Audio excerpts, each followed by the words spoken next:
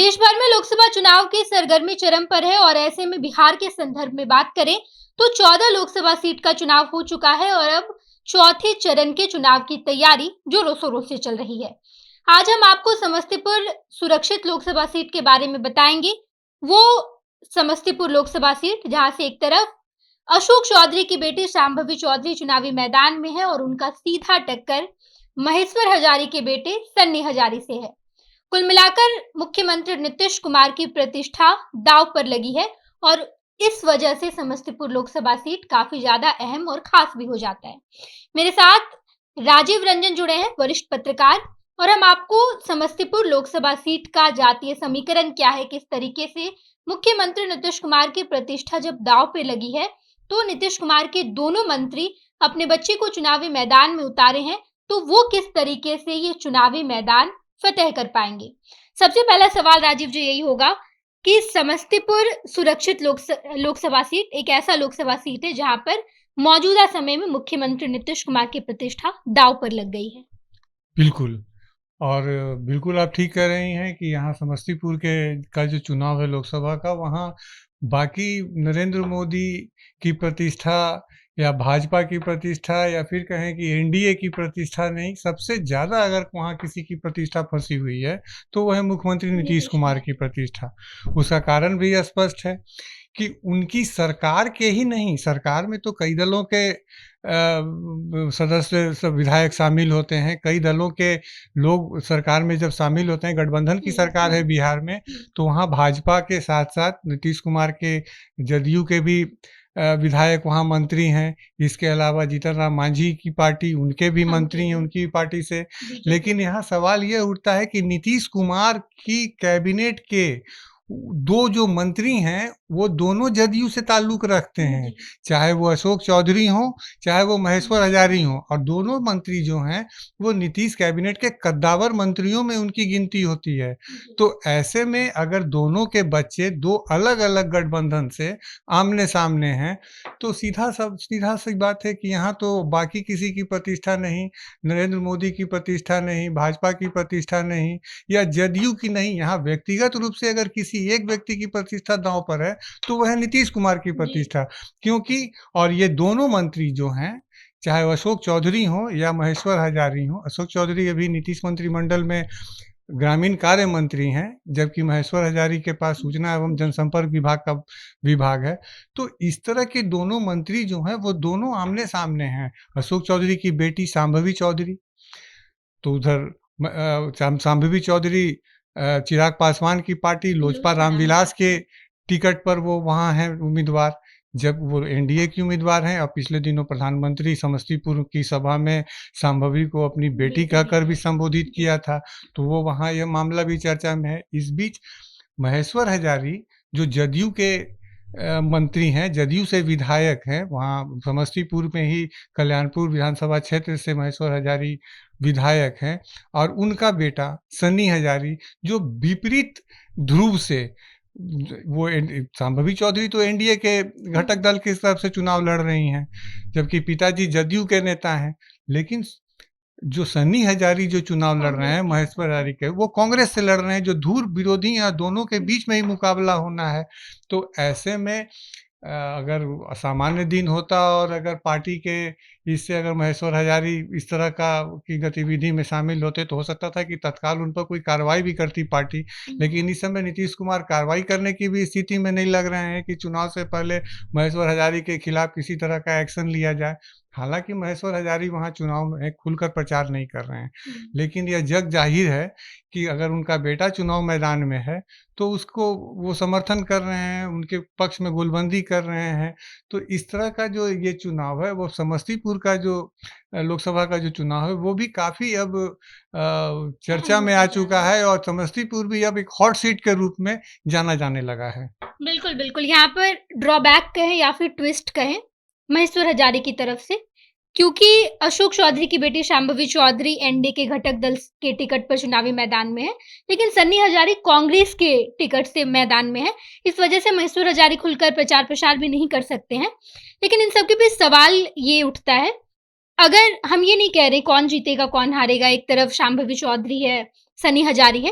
लेकिन ऐसे में अगर सनी हजारी चुनावी मैदान फतेह करते हैं, तो नीतीश कुमार को एक बड़ा झटका नहीं लगेगा? अगर कोई भी दोनों में से अगर कोई भी अगर ये चुनाव हारता है या कोई भी जीतता है, तो हार का भी ठीकरा नीतीश कुमार के सर फूटेगा और जीत का सेहरा भी उनके सर बंधेगा। तो अब क्या वो हार को स्वीकार करते हैं? क्योंकि हारेगा भी तो वो नीतीश कुमार को उससे झटका लगेगा, और अगर जीतता भी है वहाँ से कोई, तो उससे भी नीतीश कुमार को झटका लगेगा। तो नीतीश कुमार 2 पार्टों के बीच में वो इस समय घिरे हुए दिख रहे हैं, और समस्तीपुर के चुनाव को लेकर वो उतने मुखर भी नहीं हैं, और इस पर उसकी उनकी कोई ख़ास दिलचस्पी भी उसमें नहीं दिख रही है। बेशक वहाँ प्रधानमंत्री की सभा हुई, तो वो सभा चर्चा में है। एक बात और बताऊँ आपको नेहा, कि वहाँ से महेश्वर हज़ारी पहले सांसद भी रह चुके हैं। तो वो जो पूरा इलाका है, समस्तीपुर लोकसभा क्षेत्र का, वो महेश्वर हज़ारी या सन्नी हज़ारी के लिए कोई नई जगह नहीं है। लेकिन बेशक वो जगह जो है, वो अशोक चौधरी और उनकी बेटी के लिए वो नया जगह हो सकता है। तो वहाँ पर एक और मतलब भीतरी, स्थानीय और बाहरी उम्मीदवार की भी चर्चा वहाँ तेज़ी से हो रही है। जातीय गोलबंदी तो होती ही है, बिहार के चुनाव के लिए कोई नई बात नहीं है कि किसी भी लोकसभा क्षेत्र में वहाँ जातीय गोलबंदी हो रही हो। तो वहाँ जातीय गोलबंदी के साथ-साथ वहाँ स्थानीय और बाहरी का मुद्दा भी धीरे-धीरे ज़ोर पकड़ रहा है। और हमको लगता है कि आज 10 तारीख को हम बात कर रहे हैं, 13 तारीख को वहाँ मतदान है, तो कल चुनाव प्रचार खत्म होने के बाद जातीय गोलबंदी की भी कोशिशें तेज़ हो जाएँगी, जो वहाँ दिख भी रही हैं। बिल्कुल राजीव जी, हम जातीय समीकरण पर बात करेंगे। हमने बात किया कि नीतीश कुमार की प्रतिष्ठा किस तरीके से दांव पर लगी है। लेकिन जब हम समस्तीपुर सुरक्षित लोकसभा सीट के जातीय समीकरण पर बात करते हैं, तो मुस्लिम 14% है। इसके अलावा कुशवाहा और यादवों की संख्या सबसे ज़्यादा है। अगड़ा पिछड़ा का भी वहाँ पर समीकरण है, और ऐसे में किस तरीके से अशोक चौधरी ने अपना जातीय समीकरण यूँ कहें कि शांभवी के लिए बैठाया है, और किस तरीके से सन्नी हजारी का जातीय समीकरण है? देखिए, वहाँ पर अगर हम पिछड़ी जातियों की बात करें, तो सबसे ज़्यादा वोट वहाँ कुशवाहा और यादवों का है। उसके बाद वहाँ करीब 20%, 19.5% आबादी जो है, या वहाँ के जो मतदाता जो हैं, वो अनुसूचित जाति से आते हैं। तो अनुसूचित जाति में भी वोटों में भी बिखराव दिखेगा। वहाँ महेश्वर हज़ारी पासवान समुदाय से आते हैं, तो वो पासवान जातियों की गोलबंदी भी वहाँ दिख रही है। यादव इस बार साफ पूरे बिहार में दिख रहा है कि यादव मतदाता लालू प्रसाद के साथ एकदम स्पष्ट तौर पर दिख रहे हैं। रही बात कुशवाहा मतदाता की, तो ये भी सम्राट चौधरी जो भाजपा के प्रदेश अध्यक्ष हैं और बिहार के उप मुख्यमंत्री भी हैं, तो उनको इसी सोच के साथ उनको ये दोहरा प्रभाव ये दिया गया था, जिम्मेदारी दी गई थी भाजपा की तरफ से, कि वो कुशवाहा वोटों को एकजुट कर सकेंगे एनडीए और भाजपा के पक्ष में।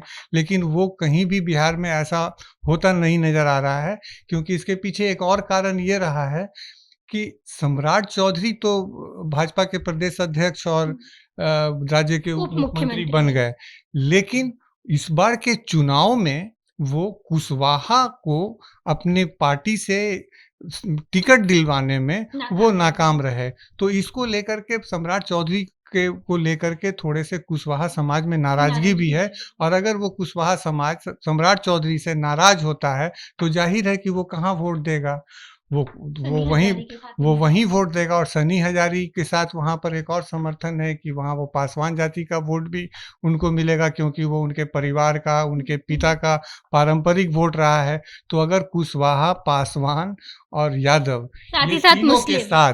इन तीनों के साथ वहाँ 14% करीब मुस्लिम मतदाता हैं, अगर ये मुस्लिम मतदाता एकजुट होकर के वोट देते हैं, तो वहाँ एनडीए का रास्ता, या कहें कि शांभवी चौधरी का रास्ता, वहाँ काफ़ी मुश्किल दिख रहा है। अब चुनाव के समय में, अभी तो ये ग्राउंड रियलिटी की बात कर रहे हैं नेहा हम, लेकिन चुनाव में जब चुनाव प्रचार जब खत्म हो जाता है, खासकर लोकसभा के चुनाव में, कल शाम में 5 बजे के बाद वहाँ चुनाव प्रचार खत्म हो जाएगा। तो चुनाव प्रचार खत्म होने के बाद असल जो गोलबंदी का जो काम शुरू होता है, वो चुनाव प्रचार खत्म होने के बाद, और चुनाव के 36 घंटे पहले या 72 घंटे पहले वो जातियों को गोलबंद करने की कार्रवाई शुरू होती है, और ये काफ़ी निर्णायक होता है। वो हर चुनाव क्षेत्र को वो प्रभावित करता है। तो अब देखना है कि अंतिम क्षणों में एनडीए और महागठबंधन, इंडिया गठबंधन अपने-अपने मतदाताओं को गोलबंद करने के लिए किस तरह की रणनीति अपनाता है? बिल्कुल, बिल्कुल देखना दिलचस्प होगा। एक तरफ अशोक चौधरी की बेटी शांभवी चौधरी और दूसरी तरफ महेश्वर हजारी की बेटी सन्नी हजारी, दोनों का मुकाबला आमने-सामने का है। हालाँकि शांभवी चौधरी ने पहले ही अपना चुनाव प्रचार शुरू किया था। सन्नी हजारी चुनावी मैदान में थोड़े लेट से पहुंचे हैं, लेकिन देखना दिलचस्प होगा, दोनों का मुकाबला है और ऐसे में बिहार के मुख्यमंत्री नीतीश कुमार की प्रतिष्ठा भी दांव पर लगी है। 13 तारीख का दिन है जिस दिन मतदान होना है और 4 तारीख को यानी कि 4 जून को परिणाम भी आपके सामने आ जाएंगे। तमाम खबरों के लिए बने रहें फर्स्ट बिहार झारखंड के साथ। धन्यवाद। पनोरमा ग्रुप, जो सोचता है वो करता है। आपके अपने सपनों का आशियाना।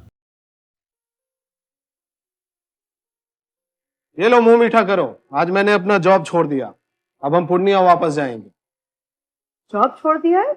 मतलब ये घर कैसे चलेगा? हम करेंगे क्या? और माँ बाबूजी क्या बोलेंगे? इसलिए मैं एक और मिठाई का डब्बा लाया। अपने बिजनेस के लिए लोन अप्रूव हो गया। अरे लोन अप्रूव हो गया वो तो ठीक है, लेकिन पूर्णिया में हम रहेंगे कहाँ? अपना घर भी तो नहीं है वहाँ। इसलिए तो एक और मिठाई का डब्बा अलग से लाया हूँ। हमने पूर्णिया में घर ले लिया है, पूर्णिया के ई होम्स पैनोरमा में। पूर्णिया में पैनोरमा ग्रुप लेकर आए हैं ई होम्स पैनोरमा। बड़ा घर, आलीशान जिंदगी और अत्याधुनिक सुविधाओं के संग। अरे अरे, अब क्यों मुंह मीठा करवा रही हो? क्योंकि हम घर वापसी जो कर रहे हैं। घर वापसी की खुशी पूर्णिया में ई होम्स पैनोरमा के संग। ई Homes Panorama, luxurious lifestyle redefined.